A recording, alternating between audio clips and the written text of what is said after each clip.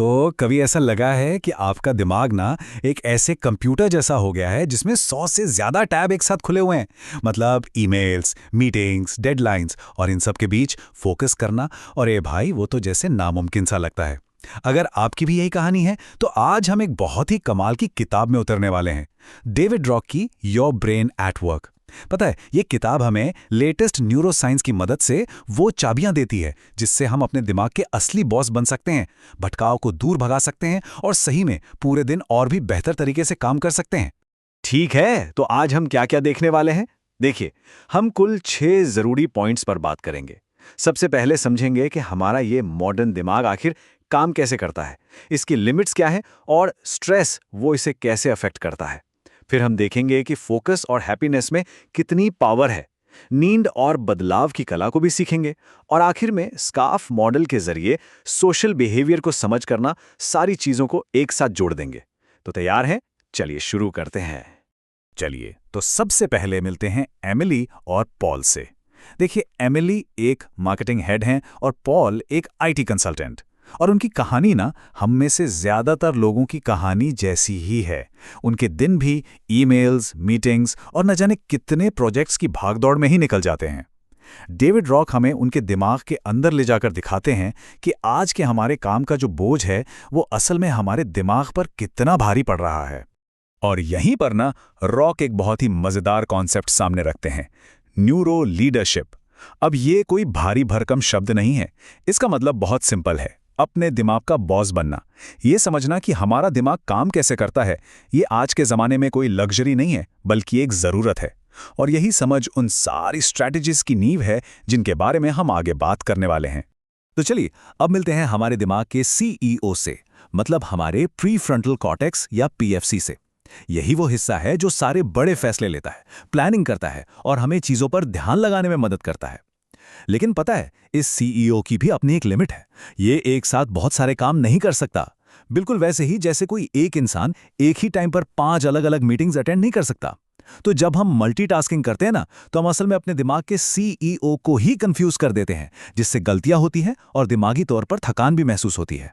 हमारा जो पीएफसी है वो असल में 5 मेन काम करता है। नई जानकारी को समझना, ये तय करना कि अब करना क्या है, पुरानी यादों को खोजना, नई जानकारी को स्टोर करना और हाँ, ध्यान भटकाने वाली चीजों को इग्नोर करना। रॉक हमें यही सलाह देते हैं कि एक जैसे कामों को ना एक साथ ग्रुप में करें। इससे हमारे दिमाग के हर हिस्से को अपना काम करने के लिए जरूरी फोकस मिल जाता है और हमारी परफॉर्मेंस अपने आप बेहतर हो जाती है। और अगर दिमाग की ये लिमिट्स काफी नहीं थी, तो एक और चीज है जो हमारे काम को और मुश्किल बना देती है। वो है तनाव, यानी स्ट्रेस। हर डेडलाइन या कोई भी मुश्किल बातचीत हमारे दिमाग के अंदर लगे छोटे से अलार्म सिस्टम को चालू कर सकती है, जिसे कहते हैं एमिगडाला। और जब ये अलार्म बजता है ना, तो हमारा दिमाग सीधा सर्वाइवल मोड में चला जाता है और फिर सोचने समझने और क्रिएटिविटी की जो क्षमता है वो कम हो जाती है। तो सवाल ये है कि इस अलार्म को शांत कैसे किया जाए। रॉक इसके लिए कुछ बहुत ही आसान तरीके बताते हैं। सबसे पहले अपनी भावना को एक नाम दें, जैसे मुझे घबराहट हो रही है। ऐसा करने से ही उसकी ताकत कम हो जाती है। दूसरा, छोटे छोटे ब्रेक लें। सिर्फ 30 सेकंड की गहरी सांस भी दिमाग को रीसेट कर सकती है। और तीसरा, मुश्किलों को खतरों की तरह नहीं बल्कि कुछ सीखने और आगे बढ़ने के मौकों की तरह देखें। अगली बार जब भी तनाव महसूस हो तो इनमें से कोई एक तरीका आजमाकर जरूर देखिएगा। आप खुद हैरान हो जाएंगे कि ये कितना असरदार हो सकता है। अच्छा, हमारा ध्यान बहुत आसानी से भटक जाता है ना? पर इसमें हमारी कोई गलती नहीं है। ये तो हमारे दिमाग का हजारों साल पुराना सर्वाइवल मैकेनिज्म है जो हमेशा नए खतरों और मौकों की तलाश में लगा रहता है। लेकिन आज की दुनिया में यही मैकेनिज्म हमारी सबसे बड़ी चुनौतियों में से एक बन गया है। तो इस भटकाव पर जीत कैसे हासिल करें? रॉक इसके लिए एक 5 स्टेप का गेम प्लान देते हैं। सबसे पहले अपने सबसे ज़रूरी काम को पहचानिए। फिर अपने आसपास के शोर शराबे को कम करिए।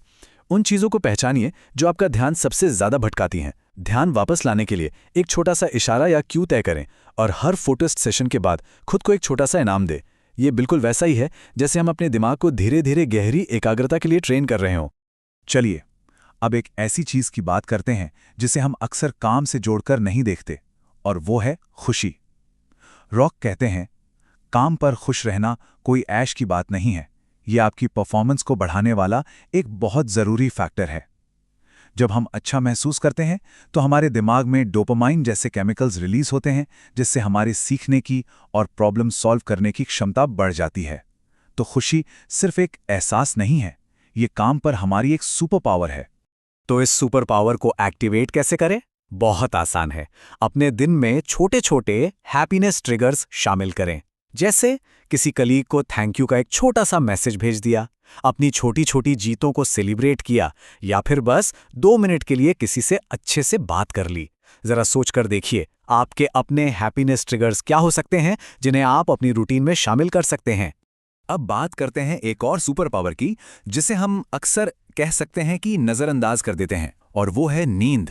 देखिए, नींद कोई लग्जरी नहीं है, ये आपके दिमाग के लिए रात की सर्विसिंग और रिचार्जिंग का टाइम होता है। इसी समय हमारा दिमाग यादों को सहेजता है और दिन भर के टॉक्सिन्स को साफ करता है। सिर्फ 1 घंटे की नींद कम होने पर भी हमारे दिमाग का सीईओ यानी पीएफसी ठीक से काम नहीं कर पाता। तो अपनी नींद की क्वालिटी को बेहतर बनाने के लिए सोने और जागने का एक पक्का टाइम बनाइए, वीकेंड पर भी। सोने से पहले स्क्रीन बंद कर दीजिए, लाइट धीमी कर दीजिए और एक आरामदायक माहौल बनाइए। और अगर दिन में कभी थकान लगे तो 15-20 मिनट की एक पावर नैप लेकर देखिए। ये आदतें पक्का करेंगी कि आपका दिमाग हर सुबह पूरी तरह से तैयार रहे।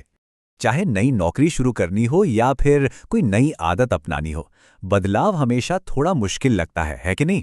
ऐसा इसलिए होता है क्योंकि बदलाव हमारे दिमाग को उसके जाने पहचाने रास्तों को छोड़कर नए रास्ते बनाने पर मजबूर करता है, और इस प्रोसेस में शक और थोड़ा सा विरोध महसूस होना बिल्कुल नॉर्मल है। रॉक बताते हैं कि इस पूरी यात्रा के 4 चरण होते हैं और हर चरण में एक अलग तरह के नजरिए की जरूरत पड़ती है। और अब हम आते हैं एक बहुत ही कमाल के टूल पर, स्कार्फ मॉडल। स्कार्फ एक एक्रोनिम है, मतलब हर अक्षर का एक मतलब है। ये उन 5 सामाजिक चीजों को दिखाता है जो हमारे दिमाग के खतरे या इनाम वाले बटन को दबाती हैं। अगर हम इसे समझ लें तो हम अपनी बातचीत और व्यवहार को ऐसा बना सकते हैं जो लोगों को डराने के बजाय प्रेरित करे। चलिए इसे एक एक करके समझते हैं। तो सबसे पहला है एस यानी स्टेटस, हमारी हैसियत। समाज में हमारी जो पोजीशन है वो हमारे दिमाग के लिए बहुत मायने रखती है। जब हमारी तारीफ होती है तो दिमाग इसे एक इनाम की तरह देखता है। इसीलिए जब कोई अच्छा काम करे तो सबके सामने उसकी तारीफ करें, और अगर कोई सुधार की गुंजाइश हो तो अकेले में सलाह दें। दूसरा है सी यानी सर्टेनिटी, मतलब निश्चितता। हमारा दिमाग ना कंफ्यूजन को बिल्कुल पसंद नहीं करता। जब हमें पता नहीं होता कि आगे क्या होने वाला है तो दिमाग का खतरे वाला बटन दब जाता है। इसलिए हमेशा क्लियर एजेंडा और लगातार अपडेट देकर एक निश्चितता का माहौल बनाए रखना बहुत जरूरी है। तीसरा है ए यानी ऑटोनॉमी, मतलब स्वायत्तता। किसी को भी ये पसंद नहीं आता कि कोई हर समय उनके सिर पर खड़ा रहे, है ना? जब हमें अपने काम पर कंट्रोल महसूस होता है तो दिमाग को इनाम मिलता है। इसलिए माइक्रो मैनेजमेंट से बचना चाहिए और लोगों को काम करने के तरीके में थोड़ी आज़ादी देनी चाहिए। चौथा है आर यानी रिलेटेडनेस, यानी जुड़ाव। हम सब सामाजिक प्राणी हैं। जब हम दूसरों से कनेक्टेड महसूस करते हैं तो हमारा दिमाग सेफ मोड में आ जाता है। इसीलिए किसी भी मीटिंग की शुरुआत सीधे काम की बात करने से पहले थोड़ी बहुत व्यक्तिगत बातचीत से करनी चाहिए। और आखिर में आता है एफ यानी फेयरनेस, मतलब निष्पक्षता। अगर हमें ऐसा महसूस होता है कि हमारे साथ नाइंसाफी हो रही है तो पता है क्या होता है? हमारे दिमाग में वही हिस्से एक्टिवेट होते हैं जो शारीरिक दर्द में होते हैं। इसलिए हमेशा ट्रांसपेरेंट प्रोसेस बनाना और फीडबैक के लिए रास्ते खुले रखना बहुत ज़रूरी है। तो ठीक है, हमने दिमाग के काम करने के तरीके, तनाव, फोकस और स्कार्फ मॉडल के बारे में काफ़ी कुछ सीख लिया। पर असली जादू तब होता है जब हम इन सभी चीज़ों को मिलाकर एक दिमाग के लिए अच्छी दिनचर्या बनाते हैं। तो एक आइडियल दिन कैसा दिख सकता है? आप दिन की शुरुआत आभार व्यक्त करने से कर सकते हैं ताकि खुशी वाले सर्किट एक्टिवेट हो जाएं। फिर दिन के सबसे जरूरी काम के लिए टाइम ब्लॉक करें और बिना किसी भटकाव के उसे पूरा करें। हर घंटे 1.5 घंटे के बाद एक छोटा ब्रेक लें। टीम के साथ करने वाले काम दोपहर के लिए रखें और दिन का अंत 10 मिनट के रिलैक्सेशन के साथ करें। ये सिर्फ एक उदाहरण है, आप इसे अपने हिसाब से बदल सकते हैं। डेविड रॉक की ये जो रणनीतियां हैं, ये सिर्फ टिप्स नहीं हैं, बल्कि हमारे काम करने के तरीके को जड़ से बदलने का एक पूरा ब्लूप्रिंट है।